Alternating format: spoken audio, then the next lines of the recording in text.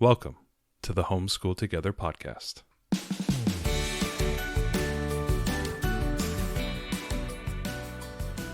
Where one working mom and a stay-at-home dad help you navigate the nuts and bolts of the growing and dynamic world of homeschooling.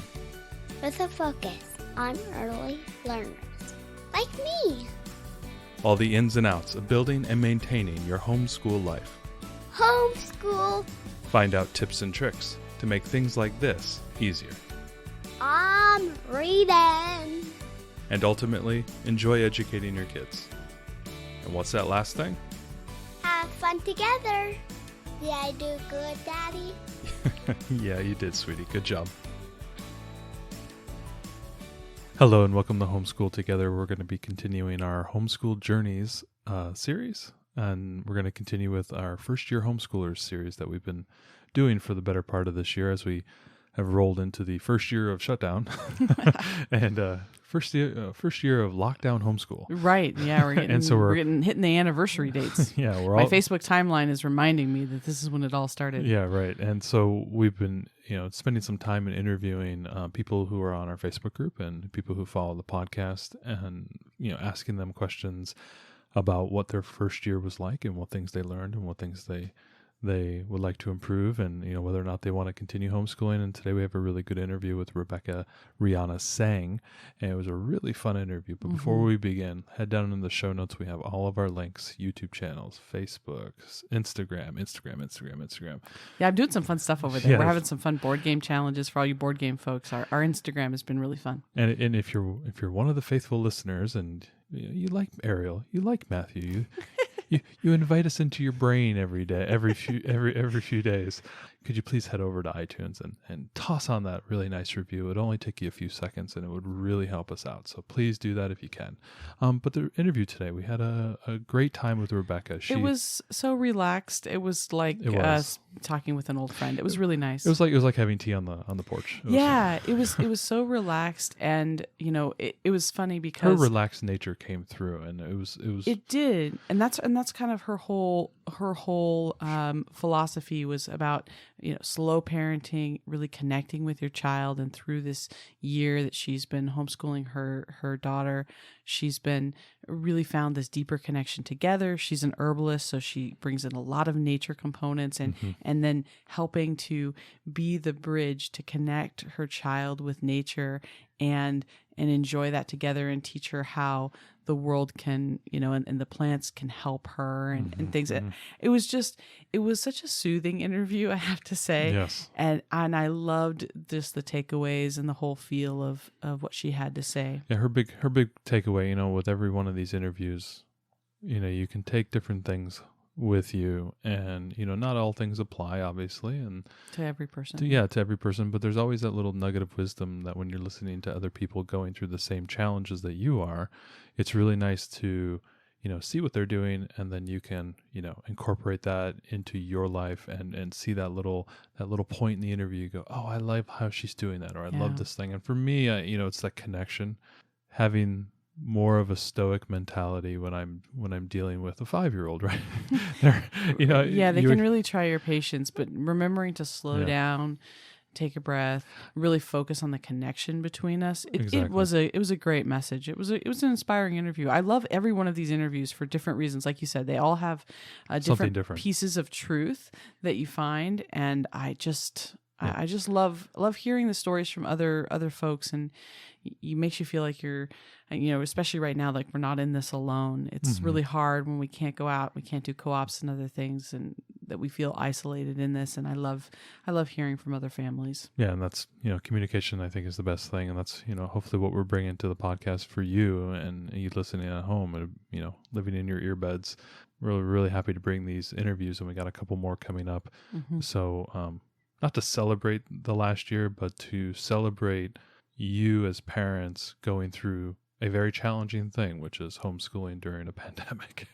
This one will chalk up as a difficult year for all of us, and for a number of reasons. And I'm hopefully that you can see that other people went through the same thing, and there's kind of this brotherhood, sisterhood aspect of teaching our young learners through this pandemic. So let's hop right into it with Rebecca Riyana Sang. Hi, Rebecca. Thanks so much for joining us today. It is my pleasure. I'm such a fan. Thank you. That's so kind. Well, we're so happy to have you in the next in our series on first-year homeschoolers. So welcome. Can you give us some background on your family and what drove your decision to homeschool? Well, I have a blended family. I have my daughter who is 5 and just about to be 6. And then my husband has 2 kids from his past marriage, but they live out of state. And so we don't see them a lot, as much as we would like, at least. So in a lot of ways, my daughter is kind of growing up as an only child, even though she is not, because she doesn't see her siblings too often. And we were not going to homeschool. I had friends who were homeschoolers, people that I knew, and I always thought that they were pretty crazy for homeschooling.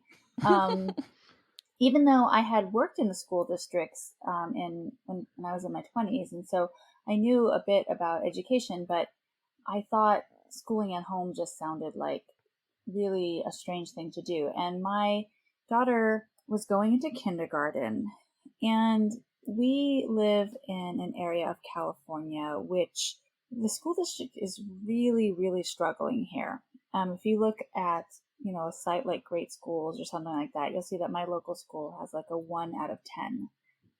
It's really a school that, and all the schools in my area, they're just, they're really doing a lot of hard work, but they've got, there's a lot of places where they need to grow. So we were a little concerned about sending her to the public school and went to a kindergarten information night at my daughter's preschool.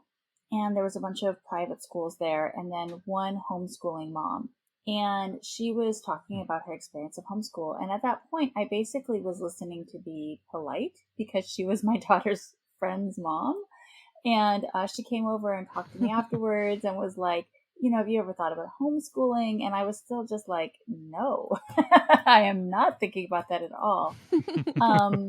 But I was drawn enough by what she was saying that I remembered it. Like she was talking about, how much fun her family had and how they're only doing school a couple hours a day and how much freedom they have and all these things. And I remember that conversation. We ended up enrolling my daughter in a private school from that information night. And when the pandemic hit, I just really could not throw myself into the idea of sending my daughter to school and spending a ton of money on it that we really were going to struggle to come up with this year. It just didn't make sense to me. And aside from which, I guess the other part of it was that I really felt when the pandemic hit this huge desire to have my little cubs close to me, like some sort of mother bear. I just really wanted to be close to my daughter all the time. And so we decided to start looking into homeschooling. And once I found homeschooling, I was like completely enchanted by it. I fell into it so hard.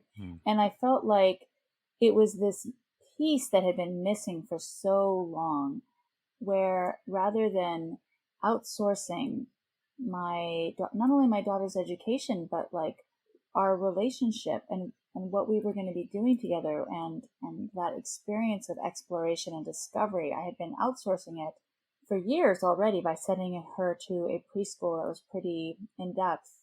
It was such a homecoming for me, and it took a little while to get my husband on board with that. He really saw it as like something we were going to do during these kind of unprecedented times. And over time, he has really come around and seen that this is something that just makes our family life as a whole so much better. Did he see the connection as well as like a driving force that changed his mind? Yeah, I think so. He said that he began to notice that Bree and I, we were acting more like, he'll say things like, "You're thick as thieves now," or "You're like 2 peas in a pod now," because our relationship got so much better, and her happiness got so much better. And I think that that's maybe something that's different for those of us who are so-called COVID homeschoolers, where, she was sitting behind a screen for huge periods of time before we started homeschooling because there was just really nothing else for her to do.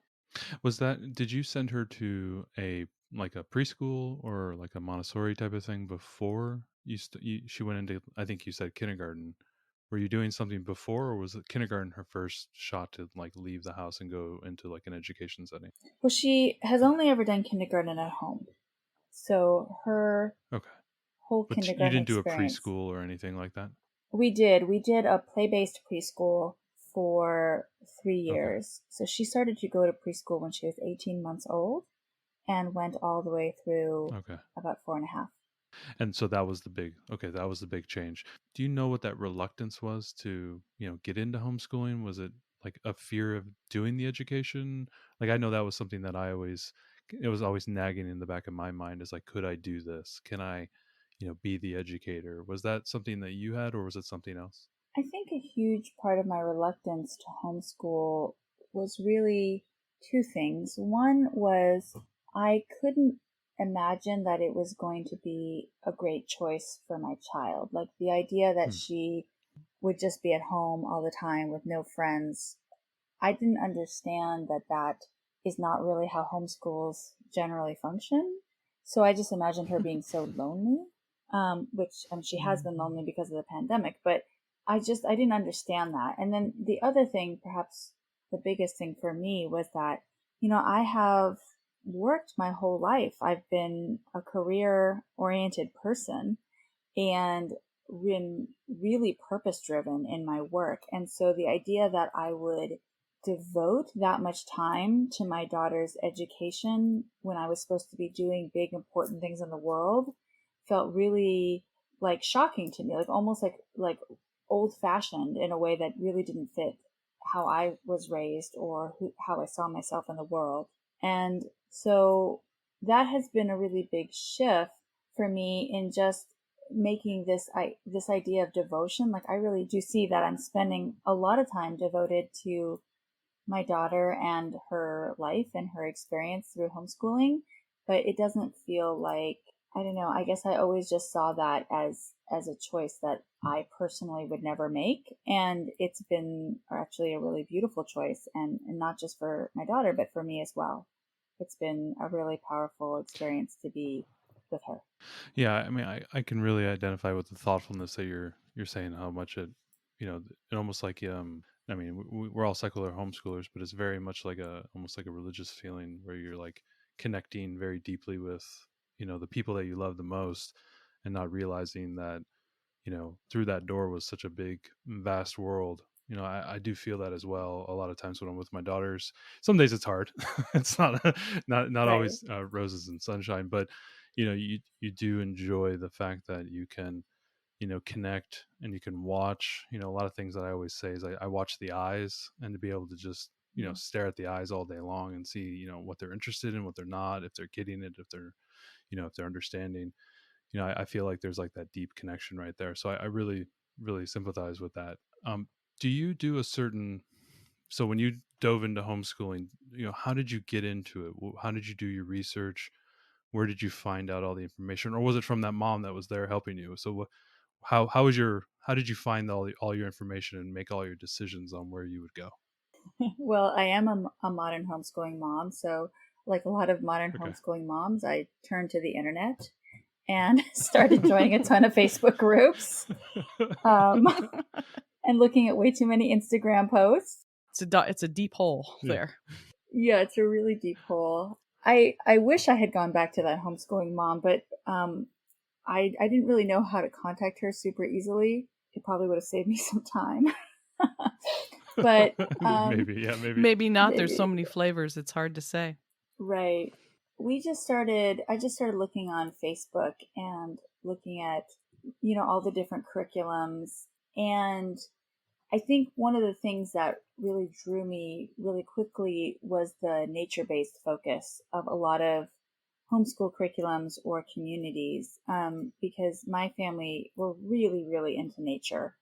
And that has been a huge part of our lives. And, like our recreation, our spiritual lives, just everything has kind of gone back to nature, for a really long time. And so that started to really excite me. And when I started to see curriculums and just posts, even people posting things on Instagram and other places where nature seemed to be such a huge part of school, that started to really excite me. And actually, I mentioned earlier that I had I'd worked in education here and there, and I had actually been an outdoor educator right after grad school. And so I had spent a lot of time and seeing how powerful it is to have kids connect to nature as part of, like, not as an afterthought to their education, but actually as part of their real learning. And so when I realized, like, hey, that's what homeschool could be like for us, it really fired something up in me. And so then I found, of course, more and more and more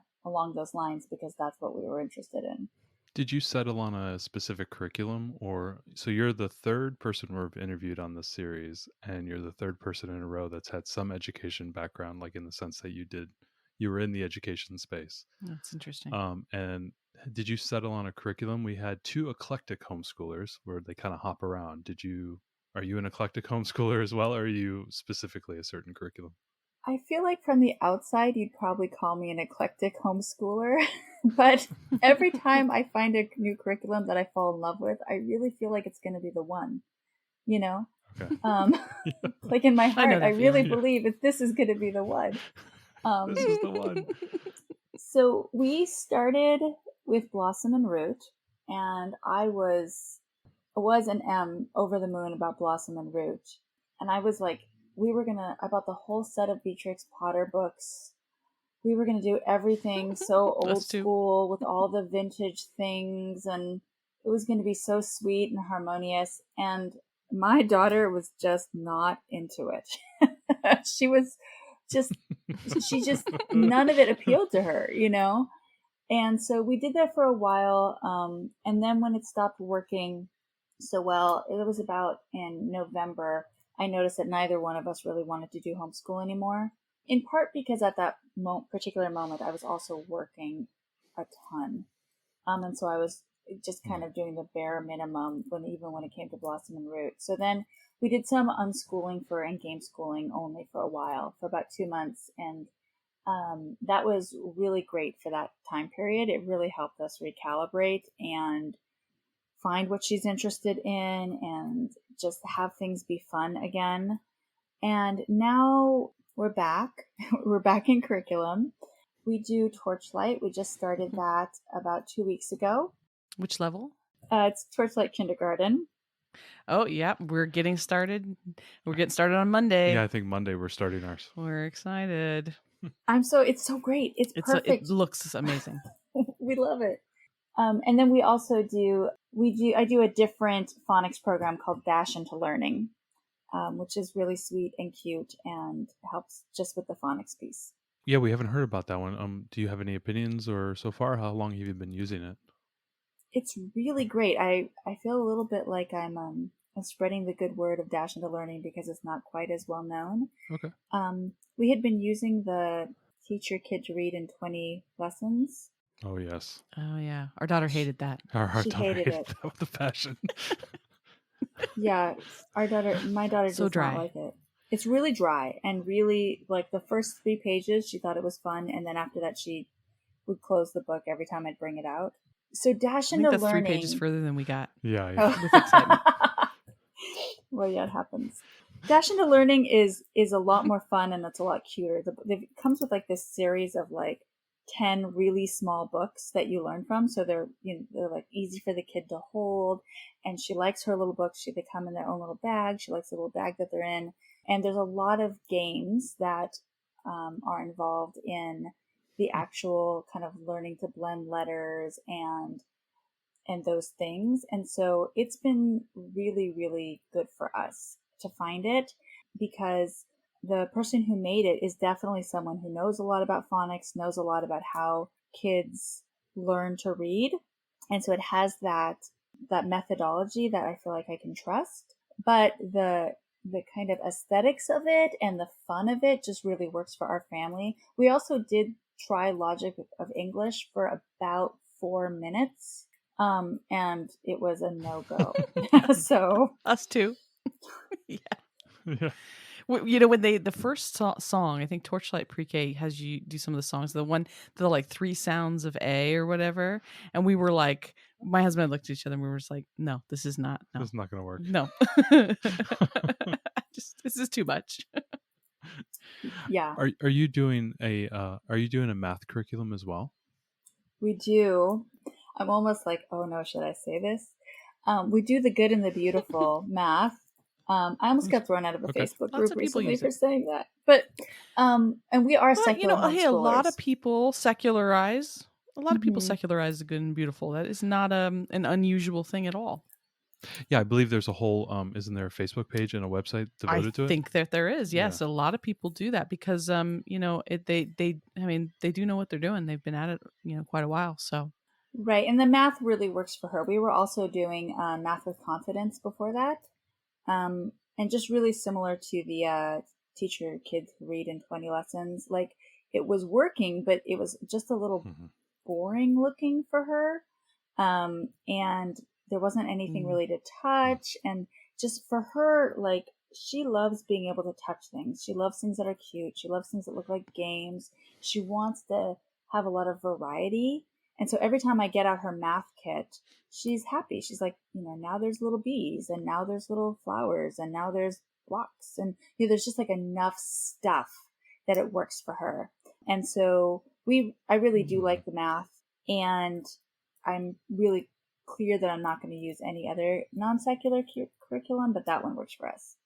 Do you have any specific requirements that are, specific to California with the rules and the regulations for kindergarten? Do you have to do anything special? We're really pretty lucky because we don't have to do anything until the child is 7. I'm kind of in the clear. And as we were talking about whether or not we were going to homeschool next year, because next year my daughter will turn 7 during first grade, it became clear, like, well, then now I'm going to have to connect with the state in some way to work it out. And so we are on the waiting list for 2 different charters. I wanted to try to get into a charter last year. This was actually something that homeschooling mom I first mentioned talked about. It was like, join a charter, because then you're going to be able to get the funding to buy the curriculum and the supplies, and also a lot of support. And so when I pulled our daughter out of the private school, which was a little bit of a mess because they didn't actually want to release her, but they did, we tried to get into a charter. And one of the things that's interesting is that right when the pandemic hit California and things got kind of intense, our state legislature passed an emergency law that basically said that homeschool charters could not accept any more kids than they had the year before. Basically, they were really anxious about the idea that all of us would do exactly what I was doing, which is fleeing the public school system and join homeschools. So there were these huge waiting lists on every single charter, and we didn't stand a chance. But this year, because a lot of families are returning to go back to public school, there's a lot more space. And so we're on a waiting list for 2 different charters. And if we get into one, I won't have to worry about what's next for first grade. But if we don't get into one, then we're going to have to kind of create our own so-called private school and, start doing all the record keeping and everything else that California will require in first grade. Yeah, I remember when that legislation came down, I saw it come across the wire. It was very surprising. I wonder if a lot of those public schools have funding tied to the number of schools, the number of kids that are enrolled. Oh, I'm sure they do. Yeah, I think Washington has a similar thing as well. Could you talk a little bit about the charter? Is it an online? It's a homeschool charter? Could you talk a little bit more of like the nuance of that charter? So I think a lot of people think charter schools, they think a brick and mortar school that gets funding from the state that does education. Is that what you're going to do, or is it going to be something different than that? So the charters that we are looking into some of them have online options, but we're not looking into those online options. So what they do is they provide support in the form of like a teacher or a counselor who can help guide you through the process of just making sure that your kids are meeting certain standards. They can help you find curriculum if you need that support. They can help you with your record keeping and things like that, because you still have to do record keeping with the charters, and you also have to chart and keep track of your attendance. And then a lot of them have classes that you can choose to go to if you want to, like kind of enrichment style classes. And then I think also that if you do have a kid who is having any kind of special needs, they can support that. So far, we haven't run into that with our daughter. So mostly the reason that I wanted to join the charter was that I wanted to have someone who who could reflect back to me. Basically, like, I think this is going great. Do you also think it's going great? You know, just to have a little bit, someone who would give me some kind of guidance around that, because I don't have a huge homeschooling community where I live. There's another mom that I'm really close to who's also homeschooling her daughter this year, and we're in a pod together.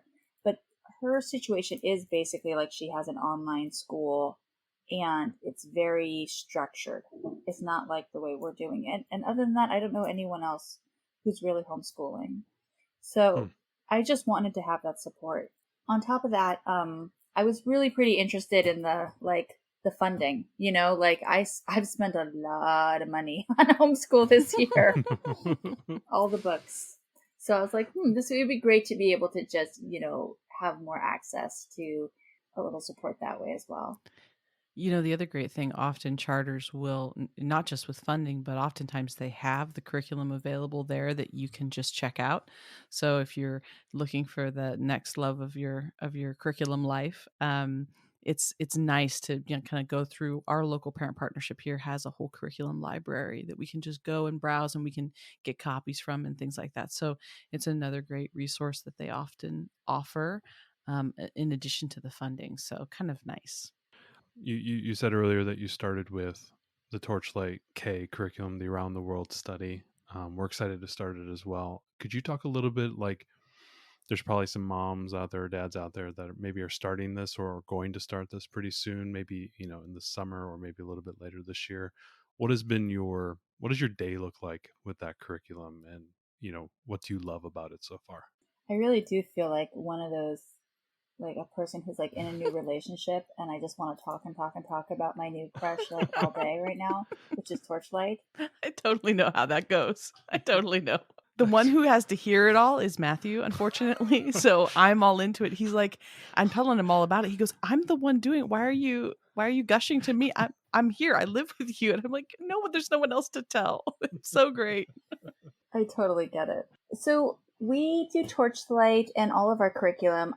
I still really do a lot of the child-led kind of, I don't know, philosophy where, so what I do is in the morning when I wake up, because I am one of the few fortunate moms out there who has a daughter that sleeps pretty darn late. Left to her own devices, generally she doesn't wake up until about 9 a.m.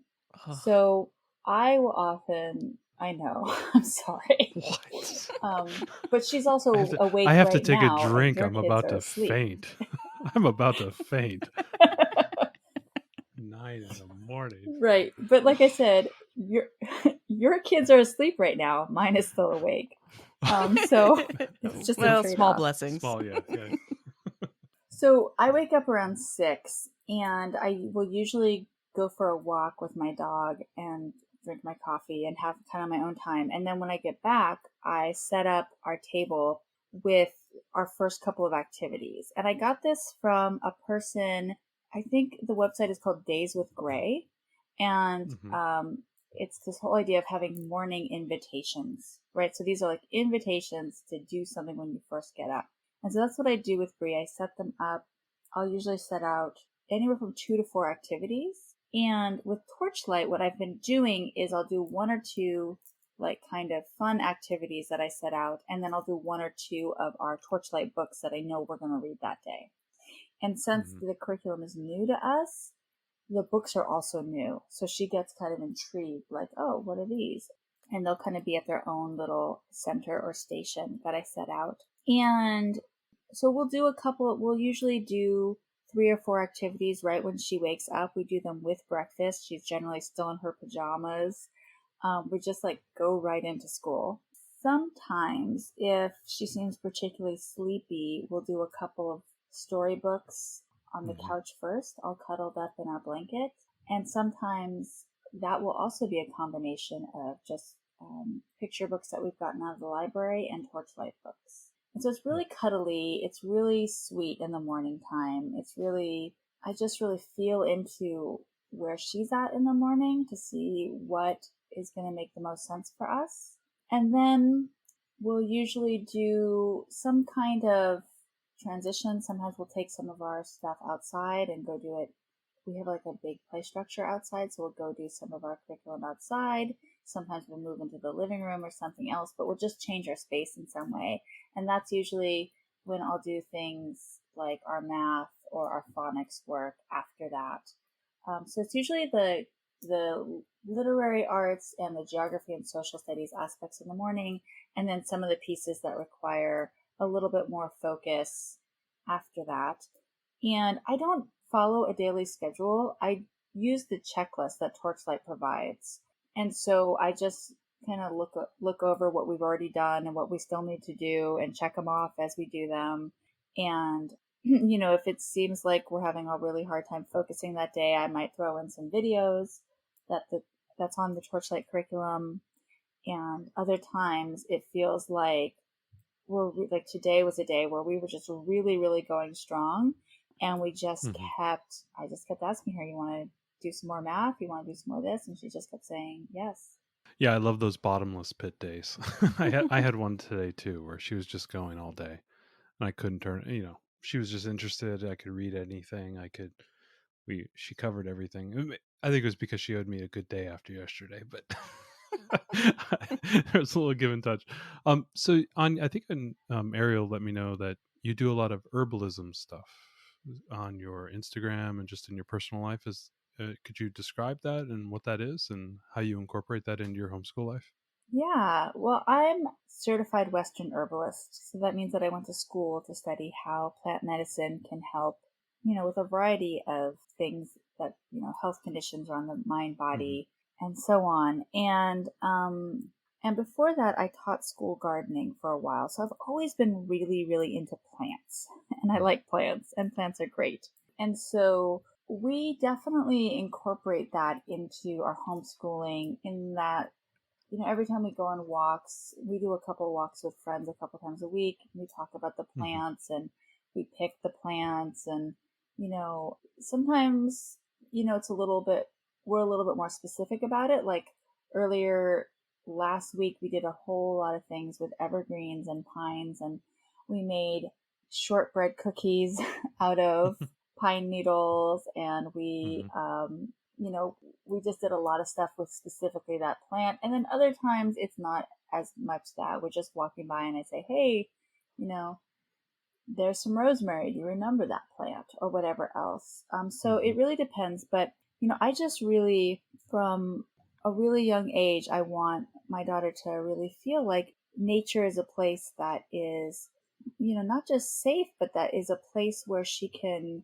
find things that can help her, you know, that where she can connect with these plants and, you know, really experience them as friends. And one of the great things about kids is that they instantly feel that, you know, if you say like, you know, this is California poppy, and it can help you if you're feeling cranky. It's a friend that will help you if you're feeling cranky. They're just immediately like, I feel less cranky right now. You know, it's, they just really get that. So, you know, it is something that's been really, really great to share with her and to share with the other kids in my life. And I just feel like, yeah, it's definitely been a real gift. And at the same time, you know, she's not quite as interested as I am sometimes. Yeah. I'll show her a plant and she'll be like, yeah, mom, but like, now can we just pretend that we're robots or whatever, you know? And I'm like, okay, that's great too. You know, that's something you went to school for. You did education. You know, that's kind of a passion of yours. And I have, you know, my own personal passions, but, you know, I'm caring for two, you know, precocious little girls, and I'm doing homeschooling and everything. How do you balance, you know, your passions with your homeschooling life? And, you know, how do you infuse meaning and that's outside of homeschooling and able to accomplish that, even though you may, you know, have a demanding homeschooling life with your daughter? I think that's such a great question. For me, my mornings, even before I started homeschooling, the moment I practically gave birth to Bree, my mornings have been like the place where I get to explore those Mm-hmm. passions. And I was never a morning person before. I was actually a pretty dedicated night owl for most of my life. But that changed when I got pregnant. I started waking up early during pregnancy. And then definitely as I had her and she was a little baby, and then later, I just decided that I would carve out morning time as my time to do the things that I'm really passionate about that maybe there isn't time for during the rest of the day. And I feel like that has been such a saving grace during these homeschool days, that I do get to Mm-hmm. go out in the mornings and take a walk or journal or work on a project before she wakes up. And I feel really fed and nourished by that before I even jump into homeschooling. I think it has really saved my sanity. Yeah, I agree. For the last 4.5 years or so, for me, it's been reading and writing have been my things, and Ariel's been very nice to me, giving me mornings to do that, even though our kids wake up so early. It's been helpful, and it's a great way to focus that. I know on the stay-at-home dad side of it, we're kind of unicorns. We tend to exist in a vacuum, and we don't really have that many other sources of communication and outlets, and that could be a very frustrating thing. I'm on a couple forums with other stay-at-home dads, and that's a kind of like this feeling of isolation is a creeping nagging concern for a lot of dads who tend to be in this role, because there's so few of us. It is so hard to find others that are doing this. So I'm really happy to hear that you're able to do that, and I found that to be the case as well, being able to have that outlet to channel your creative outlet in whatever manner that might be. I had a tech career, so it's like very stimulating there, and then to come to playing blocks all day long, it can feel like you're losing something. But I've been able to find other patterns that kind of I'm able to channel my creative aspect to, even though I do still have those tech passions, but I do find meaning in other things now, which is, I think, a nice thing. Do you talked a little bit about earlier about your concerns about homeschooling. If you could, what were your big learning challenges over the last year being a homeschooler during COVID? What were the great things that you learned about yourself, learned about homeschooling in general, that you could pass on to other moms or dads who might be getting into this? Well, I do feel like I've really come around to what I think of inside of myself as either slow parenting, kind of like the slow Mm-hmm. food movement, but for parenting, or sometimes I think about it as DIY Yeah. parenting, where I just really embrace the idea of being the primary person or a primary person in my kid's life, and her being that for me as well on a much deeper Mm-hmm. level. And it's interesting because I probably would have said that that was already true for me a couple of years ago, but I did have this nagging feeling often, and I would talk to my husband a lot about it, that like I would always want my daughter to have one less day at preschool than she did. So like we had her at 5 days, and then I was like, well, how about four? And then we had her at 4 days, and I was like, well, how about three? Like I always wanted that. But I also just kept thinking that no, I've got to do these other more important things. There are other more important things. My career is more important, and my kind of contributions to the world are more important. And it isn't that those things that isn't true, but I just have found such meaning and such purpose and such passion for homeschooling. So I would say that that's really surprised me and really helped. I just feel like so much more wholehearted in my life now. And the other thing is, I think I started homeschooling originally come from this viewpoint that I was going to be her teacher, and that, it was going to be me imparting information to her. And I've really come around and had a lot more joy and success with her being a learning partner and just being in cahoots with her. And having that be this discovery process for both of us has been really not only more effective, but so much more enjoyable. And so I wish I had done that from the beginning. I wish I had let myself just be as in love as I could be with the process. And then the other thing that I would say that has really been great is that I do really prioritize her whims and her desires and where she is in her emotional space every day. And I feel like there's this almost like a cultural message we get sometimes of like, oh, well, your kid doesn't want to do this thing, but, they're just kids. That's how they are. And to turn away from that and instead to be in a place where, I let myself really listen to that, so that on the days that she's not that interested, we don't do that much. And then on the days, that leads itself to having more days where she is going to be really interested and we're just going to dive in for hours and hours and hours. No, I really love how you said that, and how you, I think how you phrased it with the slow parenting or the slow homeschooling is a really cool way to put that. And and the correlation being the slow food movement. How do you find yourself doing that mindset work? You say you go out for walks, you journal.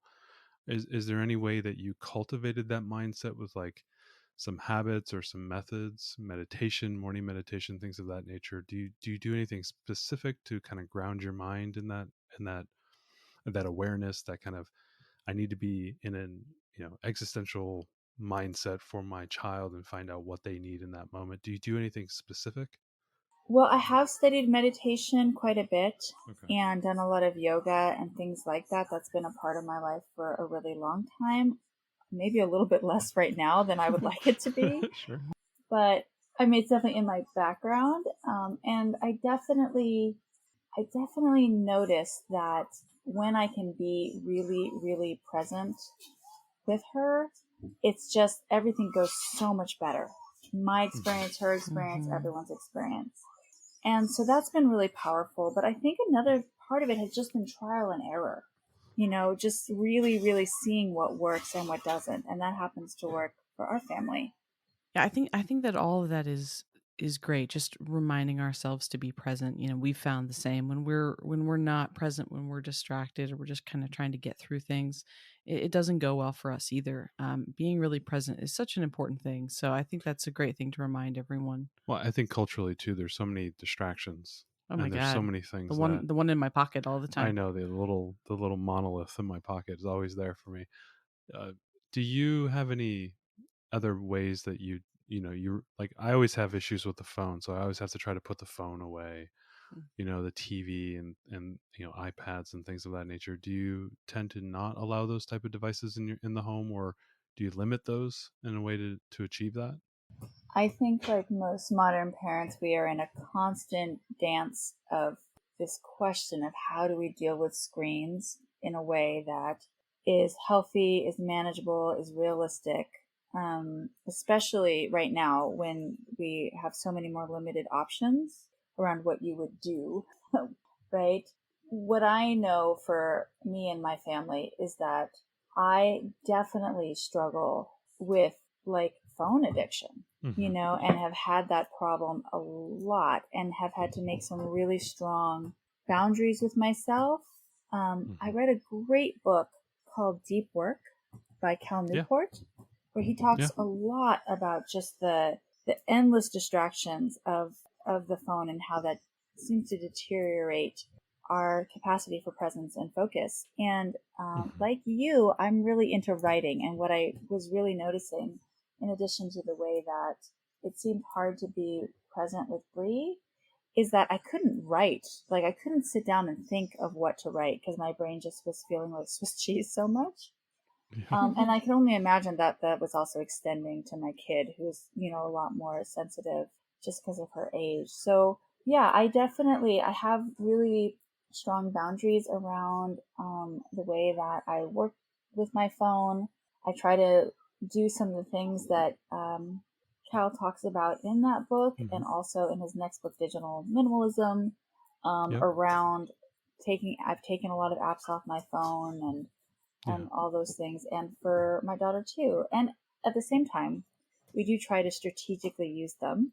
One of the most popular things I ever did with Bree was I started something called Octonaut School, where we just really embraced the fact that she loves the Octonauts. And, we started learning about all the different animals that they study.